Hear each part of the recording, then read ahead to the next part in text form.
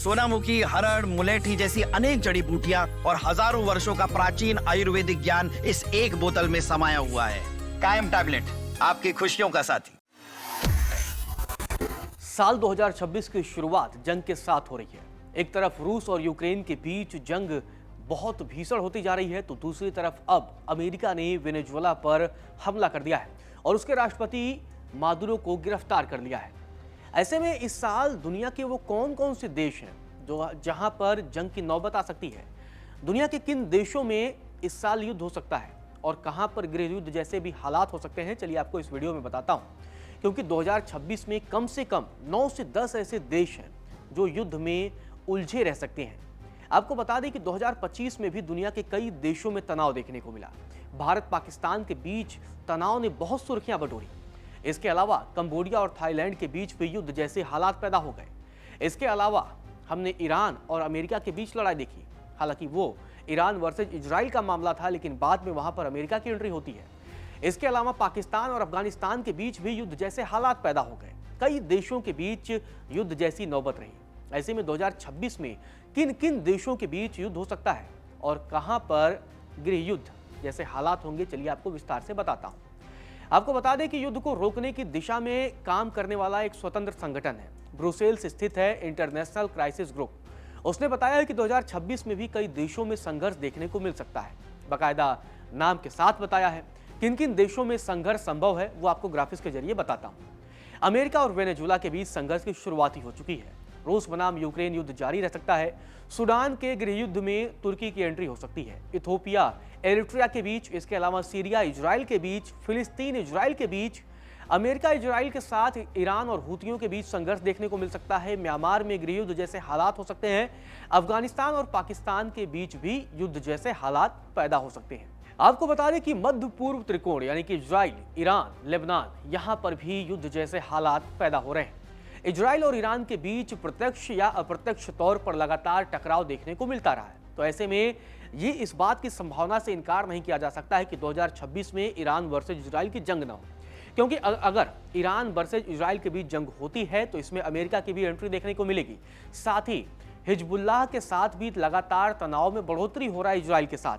2025 में भी हमने देखा किस तरीके से, चाहे वो हिजबुल्लाह हो, चाहे वो हमास हो, चाहे वो ईरान हो, चाहे वो हूती हो, इन तमाम संगठनों के साथ, देशों के साथ इजराइल का तनाव होता रहा। तो ऐसे में इस साल भी इस बात की संभावना से इनकार नहीं किया जा सकता है कि इजराइल का हमास हो, हिजबुल्लाह हो, हूती हो, इसके अलावा ईरान हो, इनसे टकराव होगा। सबसे खतरनाक क्षेत्र आपको बता दें, इसी वजह से इजराइल वाला पूरा जो क्षेत्र है वो बना हुआ है। इसके अलावा अब चलते हैं रूस और यूक्रेन युद्ध की तरफ। आपको बता दें कि 4 साल होने को है इस संघर्ष की शुरुआत हुई और 4 सालों से ये संघर्ष लगातार बढ़ता ही जा रहा है। तनाव कम होने का नाम नहीं ले रहा है।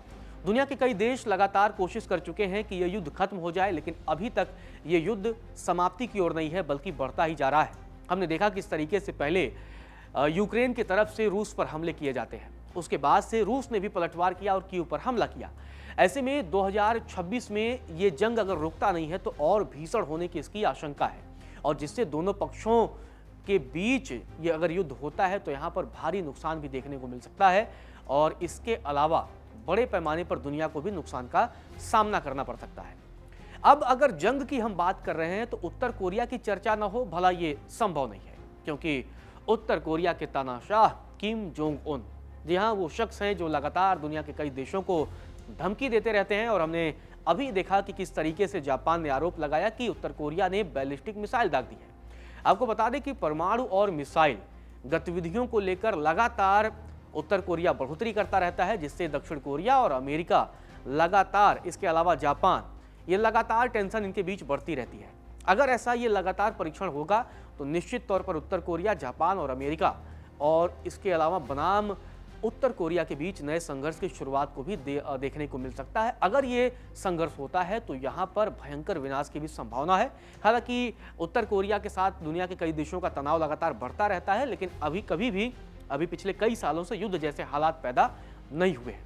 अमेरिका और वेनेजुएला की अगर हम तनाव की बात करें, जो हाल ही में शुरुआत हुआ है, हालांकि इसकी नींव पिछले कुछ महीनों पहले ही पड़ गई थी, जब अमेरिका लगातार वेनेजुएला के समुद्री जहाज़ों पर हमला कर रहा था और इसके बाद वेनेजुएला के राष्ट्रपति मादुरो ने भी कई बार खुले मंच से सीधी चेतावनी ट्रंप को दी थी, लेकिन अमेरिकी सेना उतरती है, उसके बाद से मादुरो को बंधक बना लेती है, गिरफ्तार कर लेती है।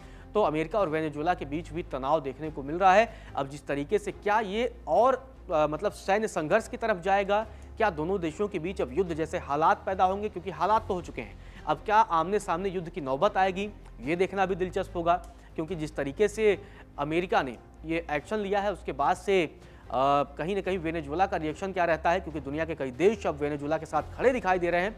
तो ऐसे में आने वाले समय में देखना ये दिलचस्प होगा कि अमेरिका और वेनेजुएला की ये जो शुरुआती जंग है वो कहाँ तक जाती है। इसके अलावा है ताइवान स्ट्रेट, यानी कि ताइवान जल डमरू मध्य। यहाँ ये एक ऐसा क्षेत्र है जहाँ पर लगातार तनाव बना रहता है, और विश्लेषकों का मानना भी है कि ताइवान स्ट्रेट में संकट उत्पन्न होने की बराबर संभावना बनी रहती है, क्योंकि चीन लगातार यहाँ पर दबाव डालता रहता है और लगातार दबाव बनाए रखता है। और ताइवान को लेकर चीन दुनिया के कई देशों को धमकी भी दे चुका है, चाहे अमेरिका की भी अगर हम बात करें तो अमेरिका को भी सीधे शब्दों में चीन कई बार चेतावनी दे चुका है कि ताइवान उसका आंतरिक मामला है, उसमें कोई हस्तक्षेप न करे। जबकि ताइवान की अगर हम चर्चा करें तो अमेरिका की तरफ से ताइवान को लगातार मदद मिलता रहता है। तो ऐसे में ताइवान क्षेत्र को लेकर भी आने वाले समय में तनाव से इनकार नहीं किया जा सकता है कि जब ताइवान को लेकर दुनिया के कुछ देश आपस में टकराते हुए नजर आए। इसके अलावा अगर हम दक्षिण चीन सागर की बात करें, क्योंकि ये ऐसा क्षेत्र है जहां चीन लगातार अपना दबदबा बनाने की कोशिश कर रहा है, भारत भी इस क्षेत्र में अपना वर्चस्व चाहता है, और जबकि अमेरिका की जो रणनीति है वो लगातार, उसकी जो नीति है वो नज़र है वो बनी रहती है, और वो चाहता है कि दक्षिण चीन सागर में चीन का वर्चस्व न हो, क्योंकि चीन और अमेरिका के साझेदारों को विशेष रूप से यहाँ अगर हम बात करें रूस से फिलीपींस के बीच तनाव का प्रभाव अभी भी अधिक है। तो दक्षिण चीन सागर में दुनिया के कई देशों के बीच टकराव की संभावना लगातार बनी रहती है, और 2026 में भी इसके बढ़ने की संभावना कम नहीं है। तो ऐसे में ये हो सकता है कि आने वाले समय में ये लगातार और बढ़ जाए। इसके अलावा हैती और मैक्सिको के बीच की संघर्ष भी हो सकता है। अमेरिका की सीमाओं के निकट स्थित इन देशों में आंतरिक हिंसा और शासन व्यवस्था के पतन से प्रवासन और आपराधिक गतिविधियों से संबंधित जोखिम भी उत्पन्न होते हैं। तो मतलब यहाँ पर भी तनाव हो सकता है हैती और मैक्सिको के बीच। इसके अलावा अगर हम और चर्चा करें तो पाकिस्तान और अफगानिस्तान के बीच, जैसा कि मैंने आपको बताया कि 2025 में तनाव काफ़ी रहा, युद्ध जैसे नौबत भी आए, दोनों सेनाओं ने एक दूसरे के ऊपर हमला भी किया, और वहाँ पर तहरीक तालिबान ने भी इस कहीं ना कहीं छद्म युद्ध में भाग लिया।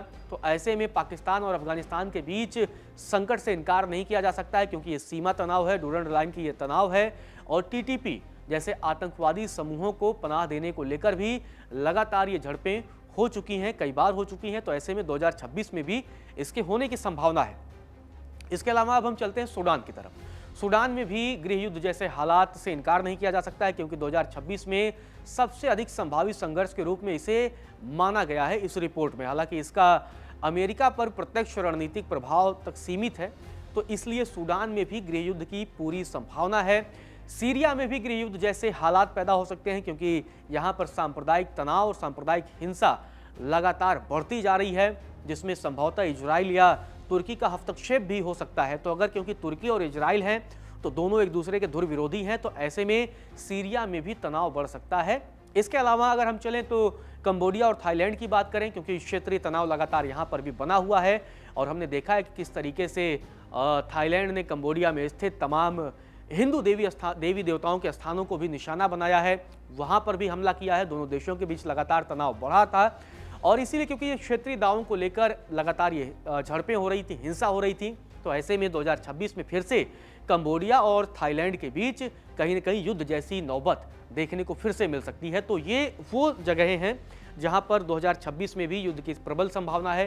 2025 में भी दुनिया के कई देशों में तबाही देखने को मिली, और अगर जो ये संभावना है, अगर ये होता है, तो दुनिया के कई देशों में 2026 में भी हमें तबाही देखने को मिल सकती है।